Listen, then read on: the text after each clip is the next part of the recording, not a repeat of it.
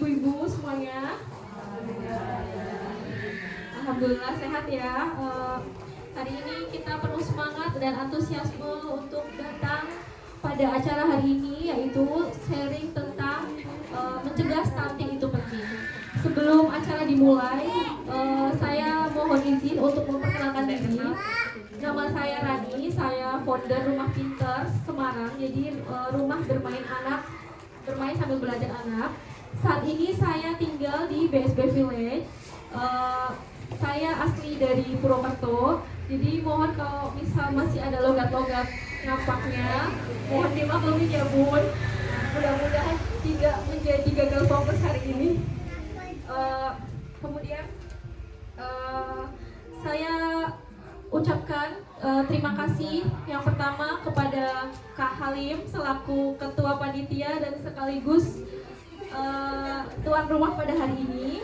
Kemudian yang saya hormati Kak Nana selaku pemateri pada hari ini. Dan yang ketiga saya ucapkan terima kasih kepada ibu-ibu semua yang sudah berkenan hadir pada acara pagi hari ini. Dan yang terakhir saya ucapkan kepada tim Sister Villa yang mensupport acara pagi hari ini. Pertama-tama marilah kita panjatkan puja dan puji syukur atas kehadiran Allah Subhanahu wa taala yang telah memberikan rahmat, hidayah dan inayahnya kepada kita semua sehingga kita bisa berkumpul pada acara hari ini dengan sharing tema mencegah stunting itu penting. Pertama-tama acara yang pertama yaitu kita pembukaan. Marilah kita buka acara ini dengan berdoa bersama menurut agama dan kepercayaan masing-masing. Berdoa dimulai.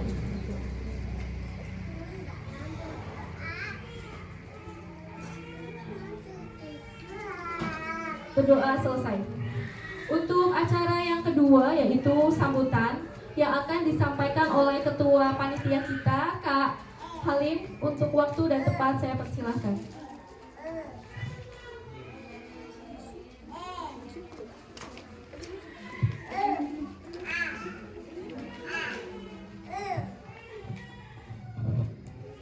Assalamualaikum warahmatullahi wabarakatuh. Alhamdulillahirrahmanirrahim. Di pagi hari ini mama-mama semua diberikan kesempatan untuk berkumpul di Spa untuk mengikuti sharing tentang mencegah stunting itu penting. Kenapa kita tema mencegah stunting itu penting? Karena kita tahu sendiri ya, di wilayah kita itu sangat banyak sekali kasus-kasus tentang anak stunting, terutama di wilayah Kendal. Untuk itu dari Dia Baby Spa sendiri dan kita tim Sister Villa mengambil tema stunting itu penting. Jadi sebelum kita mulai edukasi untuk pencegahan stunting itu penting, nanti mama-mama semuanya yang di sini bisa bertanya ya. Saya harap bisa bertanya apa keluhan yang ada di wilayah mama-mama semua. Jadi nanti untuk Kak Nana insya Allah siap menjawab pertanyaan mama-mama semua. Untuk selanjutnya, mohon maaf jika saya sebagai panitia di sini memberikan tempat atau snack atau lainnya kurang nyaman dan kurang enak ya Mah. Jadi mohon maaf yang sebesar-besarnya. Untuk selanjutnya acara inti aja untuk edukasi mencegah stunting itu penting akan disampaikan oleh Kak Nana. Wabillahi taufiq wal hidayah. Wassalamualaikum warahmatullahi wabarakatuh. Assalamualaikum warahmatullahi wabarakatuh. Terima kasih Kak Halim untuk sambutannya. Langsung saja ya Bun, kita masuk ke acara inti. Sebelumnya saya mau ngasih info untuk acara hari ini. Kita menyediakan alhamdulillah cukup banyak door prize hari ini. Jadi buat bunda-bunda yang nanti aktif bertanya selama sesi sharing akan mendapatkan door prize. Kemudian acara ini karena bentuknya sifatnya santai, jadi mama dan bunda-bunda semua nanti bisa bertanya atau menanggapi satu sama lain. Oke, udah siap sesi sharingnya Bun? Oke. Saya izinkan perkenalkan narasumber kita. Nama Hardiana Probosiwi SGS MPH, biasa dipanggil Kak Nana.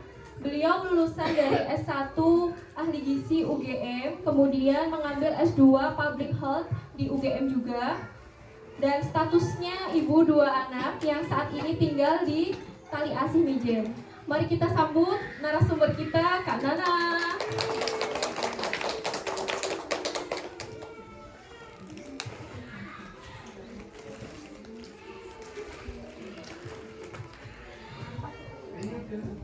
Bismillahirrahmanirrahim.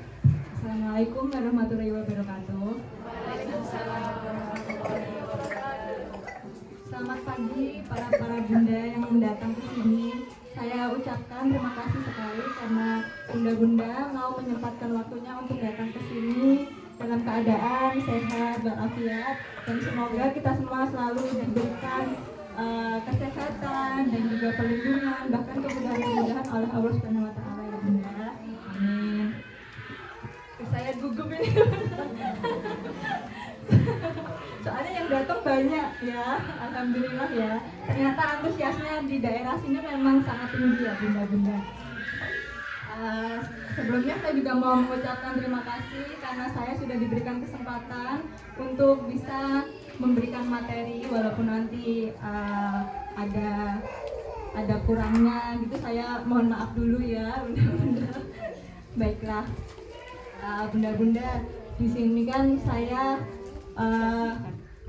ingin memberitahu bunda mengenai kondisi stunting yang ada di Indonesia ya. Jadi di Indonesia sendiri itu kasus stunting itu pada tahun 2018 ini, pada tahun 2018 yang lalu itu dia menempati posisi kelima kasus stunting terbanyak di dunia. Itu menjadi sebuah permasalahan di negara kita. Jadi memang pemerintah sendiri itu sampai membuat adanya program untuk menurunkan kasus stunting yang ada di Indonesia. Pada tahun 2022 lalu, kasus stunting ini memang mengalami penurunan ya dari tahun sebelumnya. Jadi pada tahun sebelumnya itu 22,6 atau 4 gitu persen kalau saya nggak lupa, itu menjadi 21,6%. Dan itu tuh sudah baik gitu. Tapi untuk pemerintah sendiri itu mentargetkan kasus stunting ini bisa menurun sampai 14%. Jadi memang PR kita masih sangat banyak ya bunda-bunda. Sebelumnya ya bunda-bunda, saya mau tanya sama bunda-bunda. Sebelumnya sudah ada yang tahu belum mengenai stunting? Kalau misalkan ada, bisa angkat tangan. Ada yang tahu stunting itu apa? Nanti dapat hadiah loh. Ayo. ada yang tahu? Oh ya, monggo. Ibu siapa? Bunda siapa? Siapa? Wulan Dedi. Oh iya. Monggo silahkan. Stunting itu BP tetap sama, padahal usianya sudah bertambah terus, tapi BP-nya tetap stuck di situ.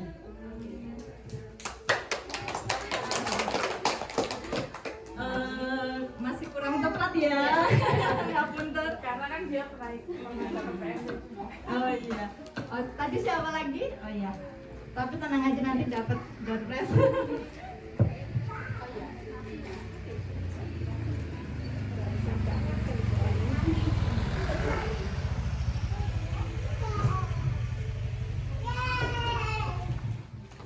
Perkenalkan, nama saya Gustami. Stunting itu keterlambatan pertumbuhan pada anak. Iya. Gimana Mbak Dina? Ya sudah benar, tapi masih kurang komplit ya.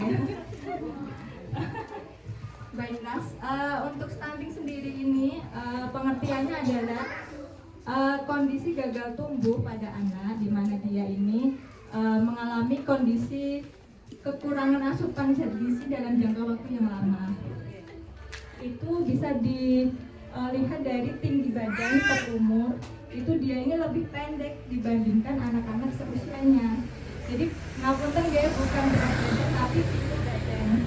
Jadi anak-anak stunting ini terlihat sehat, tapi dia ini untuk tinggi badannya itu dia lebih rendah dibandingkan anak-anak seusianya. Sudah paham sampai sini, benar-benar? Oh jadi jadi memang kalau untuk usia 0 sampai 2 tahun itu untuk stunting itu tidak ada pengaruh dari genetik. Jadi untuk genetik sendiri 0 sampai 2 tahun itu hanya berpengaruh sebesar 5% saja. Pada nanti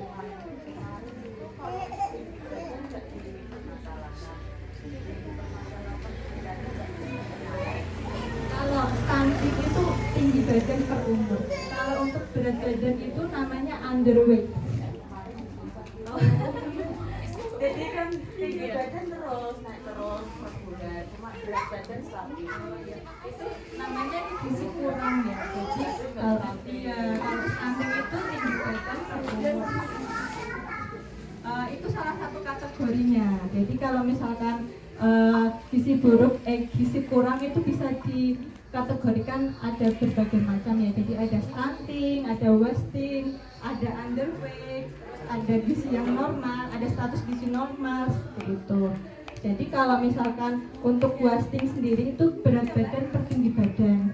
Kalau underweight itu berat badan yang kurang, itu dia berat badan per umur. Jadi itu alangkah baiknya bunda-bunda kalau misalkan punya anak balita memang harus selalu konsultasi atau selalu datang ke posyandu supaya bisa diukur menggunakan KMS ya, itu kan ada kurvanya. Dan itu kalau misalkan stunting dia ini menunjukkan TB per umur itu kurang dari 2 SD, 2 standar deviasi seperti itu. Itu ibu. Kalau standar deviasi kan memang sudah ada kayak aturannya gitu ya. Nah, bunda-bunda sendiri gimana nih tempat lingkungannya itu ada nggak yang permasalahannya seperti ini, stunting? Udah ada menemukan kasus belum ya? Padahal ya bunda, kalau bunda mau tahu tuh ternyata di Kendal itu tuh tinggi sekali kasus stunting. Jadi kalau saya nggak salah itu justru tahun ini mengalami peningkatan ya dari tahun sebelumnya sebesar 4,9%. Itu di Kendal ya bunda-bunda. Nah bunda-bunda kan sudah dibagikan ini nanti ya. Nah kita lanjut untuk penyebabnya. Jadi untuk penyebab stunting sendiri ini terdapat beberapa macam. Jadi yang pertama ini adalah kurangnya asupan nutrisi atau kurangnya asupan gizi pada saat 1000 hari pertama kelahiran. Nah bunda-bunda sendiri tahu nggak 1000 hari pertama kelahiran itu dimulai dari apa?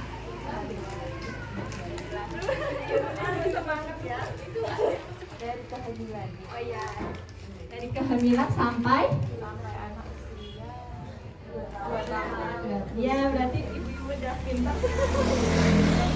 Iya, betul sekali. Jadi 1000 hari pertama kelahiran itu dimulai dari awal kehamilan sampai anak usia 2 tahun. Jadi estimasinya itu 270 hari saat mengandung. Kemudian dilanjutkan setelah lahir itu 730 hari sampai umur 2 tahun.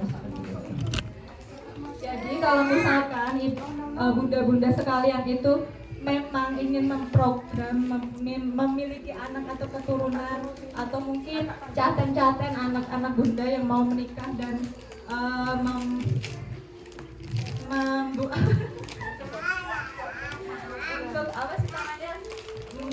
memprogram hamil dan mau menikah dan berkeluarga seperti itu tuh lebih baik dimulai dari diri sendiri. Kita sadar akan status gizi kita ya. Jadi kalau misalkan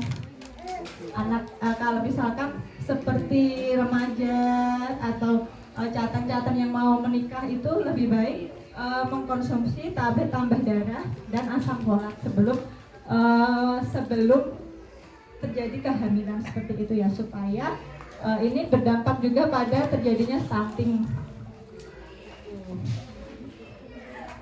Kemudian yang kedua penyebabnya adalah adanya penyakit infeksi.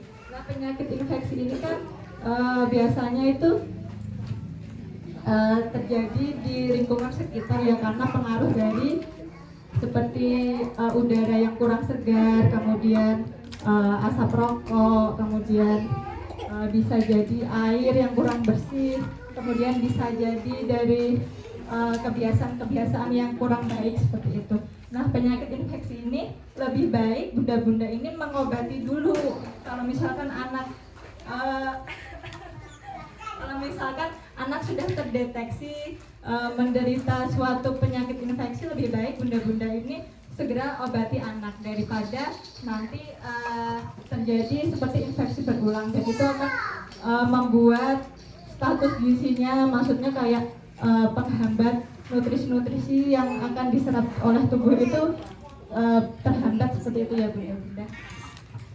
Kemudian untuk penyakit infeksi sendiri itu ada berbagai macam ya, contohnya seperti diare, seperti TB paru, seperti ISK yang sering terjadi pada balita. Kemudian untuk yang ketiga adalah pemberian makanan yang tidak seimbang. Hal ini dipengaruhi karena pengetahuan orang tua atau mungkin akses yang ada di daerah sekitar itu susah untuk mendapatkan asupan yang baik seperti itu. Jadi kalau misalkan mungkin ada juga kasus ya, misalkan kita nitipkan anak ke orang tua atau ke kakuknya atau ke upinya sepertinya daycare seperti itu, lebih baik kita mengontrol sendiri mengenai makanannya. Kadang kan kayak utinya atau ART yang kita titipin itu memberikan makanan yang kurang baik, kurang sehat ya. Misalkan dikasih makanan jajanan itu padahal kan untuk kandungan gizinya kan itu terdapat gula yang tinggi dan natrium yang tinggi. Jadi itu bisa membuat penyakit lain seperti itu. Bunda-bunda kemarin tahu kan yang lagi heboh di sosial media itu banyak anak yang terkena gagal ginjal dan cuci darah. Itu bisa disebabkan karena pola makan yang tidak sehat ya. Biasanya itu ya sering konsumsi jajanan yang ada di minimarket gitu. Jadi kita harus lebih aware dan paling tidak kita itu membaca nutrition fact-nya ya untuk tahu gitu. Kemudian penyebab yang keempat adalah pola asuh yang kurang baik ya. Biasanya ini tuh dipengaruhi oleh kebiasaan dan juga perilaku ibunya sendiri. Jadi misalkan ibunya itu tidak punya pengetahuan mengenai cara-cara ini pencegahan stunting ya. Jadi mungkin bunda-bundanya itu yang memiliki anak stunting, dia ini tuh kayak menyangka kalau anaknya ini terkena stunting. Jadi anak saya ini tuh enggak stunting, soalnya kan sama aja sehat, pendek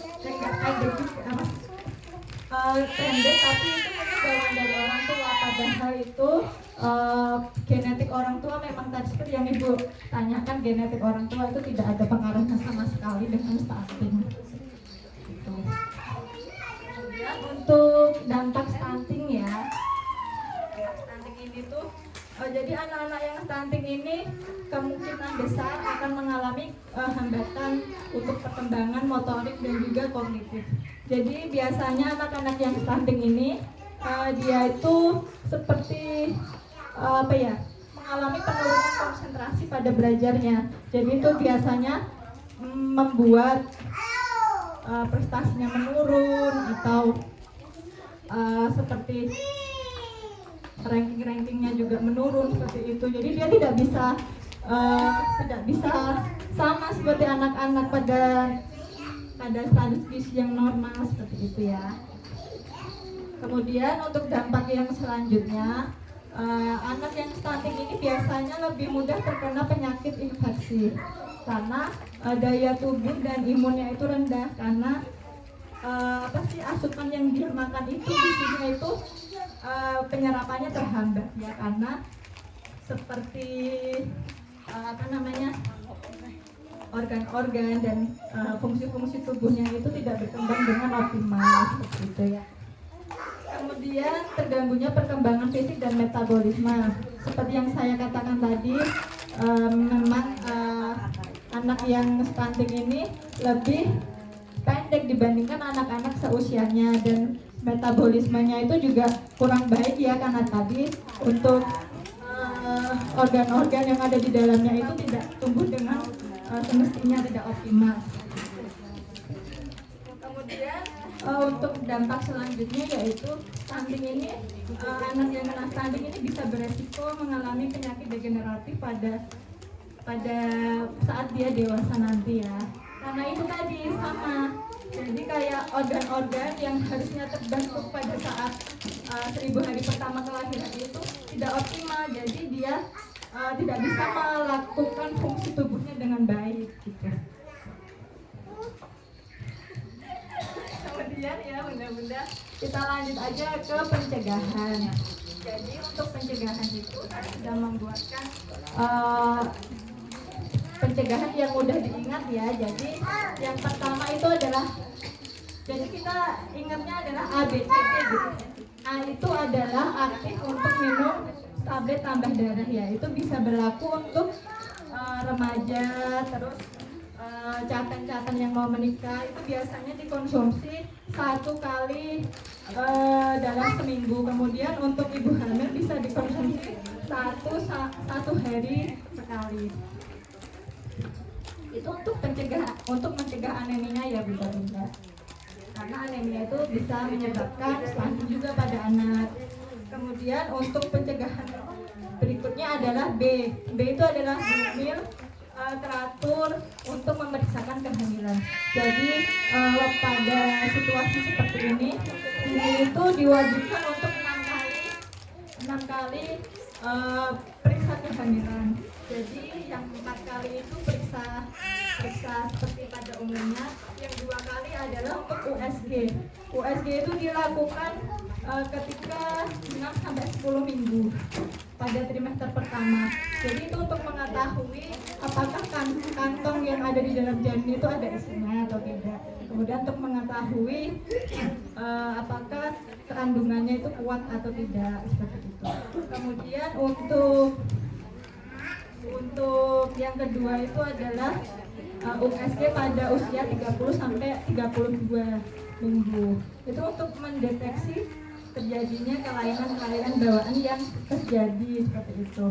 Kemungkinan kelainan yang terjadi. Kemudian yang ketiga yaitu C. C adalah cukup konsumsi protein hewani. Nah, cukup konsumsi protein hewani di sini kalau dari penelitian yang saya baca, jadi anak yang mengkonsumsi 2 jenis protein dalam 1 kali makan itu lebih mencegah terjadinya stunting daripada anak yang mengkonsumsi cuma 1 protein hewani saja. Misalnya kita bisa membuat seperti telur, terus ditambah sama ayam, itu lebih baik daripada cuma 1 jenis protein hewani saja. Jadi kalau protein hewani itu bisa didapatkan banyak ya jenisnya, seperti telur, terus ada daging, ikan, belut, yang murah-murah kan juga sebenarnya banyak tidak. Kemudian seafood, kemudian susu dan produk olahannya. Kemudian untuk selanjutnya yang D adalah datang setiap bulan ke posyandu. Nah ini untuk mencegah ya. Jadi kita tahu ukuran tinggi badan anak itu sama berat sama panjang badan anak itu kita dikasih tahu kan di posyandu, dan itu nanti akan diplotkan. Kalau misalkan anak normal, kalau anak itu tidak normal atau stunting, itu dia berada di -2 SD ya. Saya kok capek ya.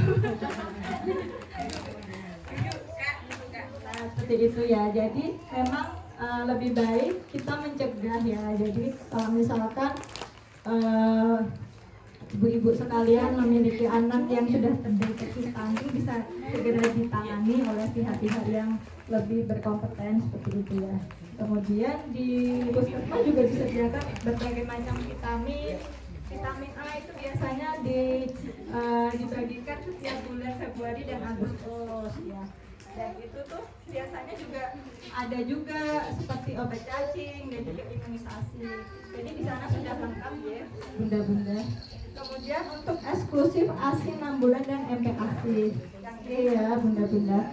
Jadi memang ASI eksklusif itu memang sepengaruh itu ya dengan kejadian stunting. Jadi air susu ibu ini adalah suatu ya istilahnya kayak keajaiban gitu, karena air susu ibu itu sangat-sangat sempurna kandungan gizinya seperti itu ya. Kemudian MPASI juga bisa diberikan setelah anak lebih dari 6 bulan. Itu disesuaikan dengan umurnya ya bunda-bunda. Cukup sekian dulu ya bunda, nanti kalau ada yang kurang jelas bisa ditanyakan ya. Mungkin saya ada keserimpet-serimpet ngomongnya gitu. Mohon maaf ya. Karena saya juga jujur saya gugup sekali. Karena bunda-bunda yang di depan tuh benar-benar memperhatikannya. sangat tapi itu membuat saya senang bunda, karena memang ternyata masih banyak ya yang harus kita tahu. Jadi nggak hanya kita gitu aja. Ya sudah bunda-bunda, begitu dulu ya. Mohon maaf kalau saya banyak kata yang salah. Billahi taufiq wal hidayah. Wassalamualaikum warahmatullahi wabarakatuh. Saya kembalikan ke Mbak Rani ya. Assalamualaikum warahmatullahi wabarakatuh. Masya Allah, tabarakallah. Hari ini ilmunya daging banget ya bun. Dapat asupan ilmu yang luar biasa dari Kak Nana. Sembari nunggu Kak Nana istirahat sebentar, kita siapkan untuk 2 sesi. Sesi pertama penanya untuk 2 orang dulu ya. Jadi nanti angkat tangan, sebutkan nama. Boleh langsung, siapa yang mau bertanya dulu? Ya, karena ini waktunya masih agak cukup lama, nggak apa-apa. Jadi sini dulu ya. Nanti kita ada sesi 2. Assalamualaikum warahmatullahi wabarakatuh. Saya Triana Nurul Arifin mau bertanya, apakah pola tidur anak juga mempengaruhi perkembangan anak? Soalnya selama 3 bulan ini di bawah garis merah. Alhamdulillah, tapi sekarang sudah normal lagi dan lain.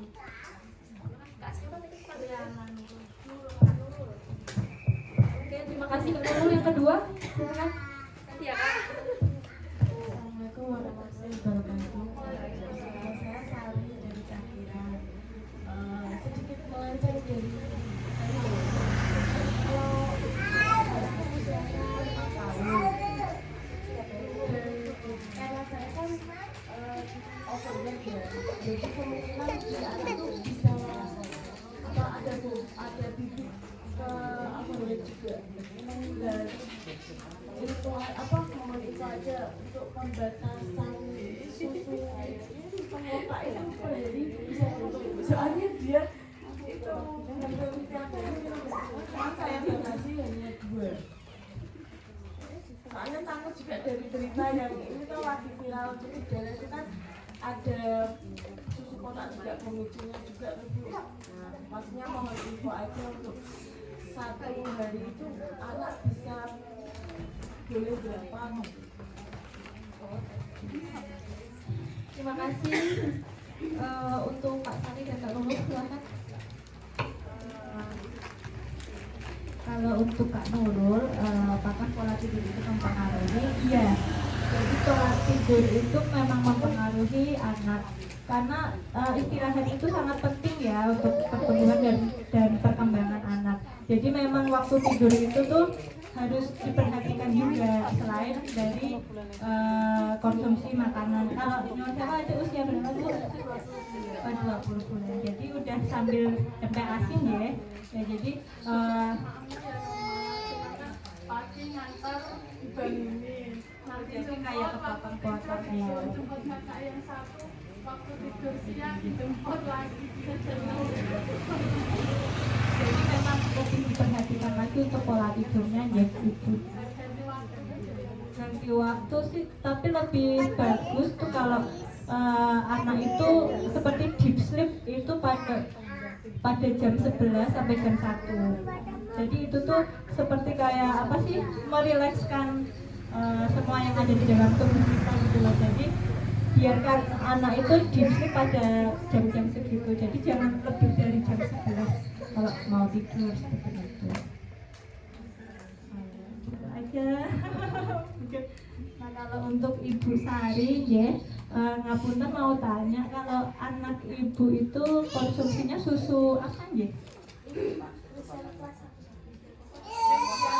Yang UHT, yang ada rasanya atau yang full cream? Nah itu Bunda. Jadi memang kalau susu UHT yang diperbolehkan untuk dikonsumsi itu disarankan sama dokter anak itu biasanya yang full cream, dan kadang ngapunten saya nyebut merek ya. Jadi memang untuk susu yang itu dia itu bukan susu sapi murni. Jadi kalau yang susu sapi murni itu biasanya itu yang saya tahu itu kami sama iya itu iya karena apa ya, sekolah kan dia bekal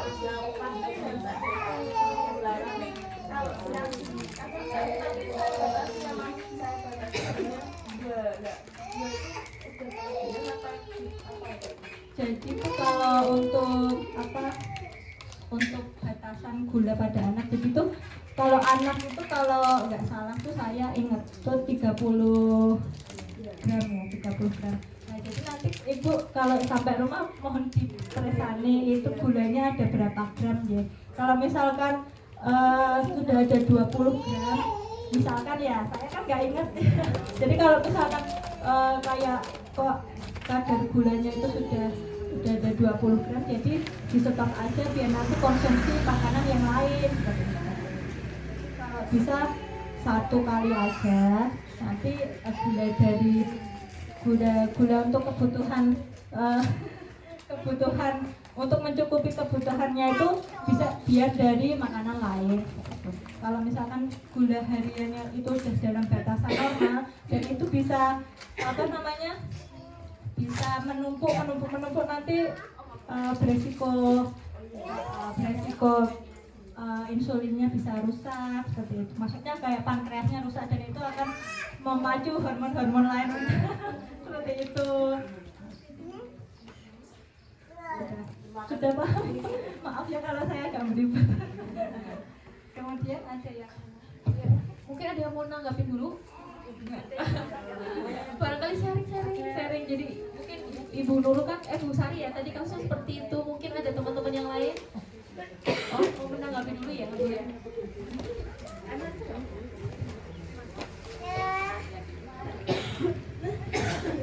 Lalu seperti apa untuk kandungan garam itu baiknya untuk anak itu yang berapa cukupnya? Kalau tapi kan kalau gula maksimal ya, kalau untuk anak kan 30 gram. Lalu kalau kandungan garam itu berapa? Terima kasih.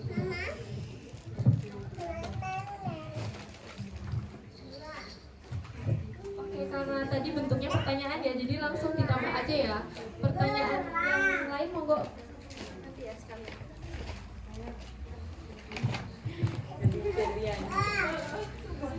Boleh bertanya. Perkenalkan, nama saya Iis Setiawati. Ini saya mau bertanya, apakah stunting atau gagal tumbuh itu hanya terjadi saat masa 1000 HPK saja, atau bisa juga terjadi di usia anak setelah melalui masa 1000 HPK? Misalkan pada saat masa 1000 HPK itu pertumbuhannya normal, tapi setelah melewati masa itu ternyata mengalami gagal tumbuh. Gitu. Jadi apakah gagal tumbuh setelah 1000 HPK itu termasuk stunting atau bagaimana? Terima kasih.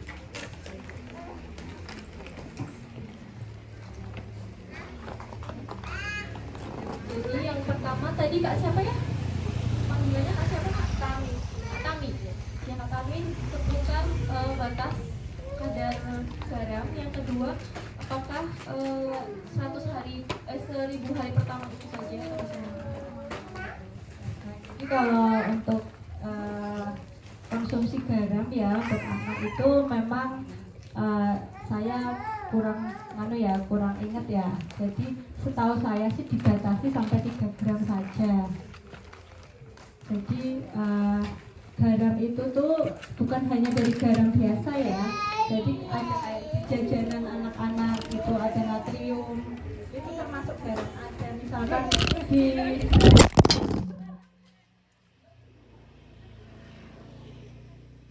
terus apa namanya? Maaf. Iya, pecah. Enggak apa-apa.